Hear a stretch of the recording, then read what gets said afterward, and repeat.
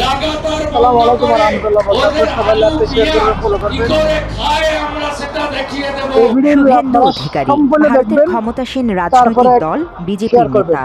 হাসিনার শেয়ার করার পতনের দরকার না, পর লাইক করার বাংলাদেশে দরকার নাই। আলু পেঁয়াজ সম্পূর্ণ রপ্তানি দেখবেন, বন্ধ করে তারপরে লাইক চাপে করবেন, শেয়ার ফেলার করবেন। হুমকি দেন তিনি। এটা তবে দেখছেন তার ওই বক্তব্যের পর আলু পেঁয়াজ ইন্ডিয়ার বিক্রি দালালে কি করতে না বলছে? পেরে উল্টো চাপে পড়ে ইন্ডিয়ার ভারতীয় ব্যবসায়ীরা। সামান্য হলে এই পেঁয়াজ অবস্থায় নইলে গরু নইলে আর ঢালাওভাবে বাংলাদেশ রাস্তায় চলে পড়ে না। থাকতে দেখা যায় এই ভারতের হারামি পেঁয়াজ। तुम तो बोले अब तुम्हारा इंडिया का कुछ भी नहीं चाहिए, हम लोग को बांग्लादेश हम लोग का बांग्लादेश में सब कुछ है। কৃষকের আত্মহত্যা ইতিমধ্যেই শুরু হয়ে গেছে। हम लोग को मराद है इंडिया वाला है, हम लोग मराद है मालूम है, हम लोग मराद है। একইভাবে হাসিনার পতনের পর বাংলাদেশের সঙ্গে রাজনৈতিক টানাপোড়েনের মধ্যেই চাহিদা অনুযায়ী চিকিৎসা এবং পর্যটক ভিসা বন্ধ করে দেয় ভারত।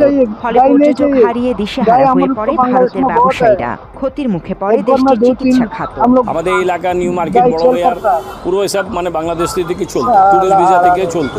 এখন টুরিস্ট ভিসা দিচ্ছে না, আমার খুব কষ্ট হচ্ছে। আমরা এই ঝামেলা যে চলছে বাংলাদেশে, যবে থেকে শেখ হাসিনা গিয়েছে 6 আগস্ট পর থেকে আমাদের ব্যবসা বাণিজ্য সব শেষ। এবার গরু নিয়েও বিপদে পড়েছে ভারত। এবারের ঈদুল আজহা উপলক্ষে ভারত সহ অন্য দেশ থেকে গরু আমদানির ওপর আনুষ্ঠানিক নিষেধাজ্ঞা দিয়েছে অন্তর্বর্তী সরকার।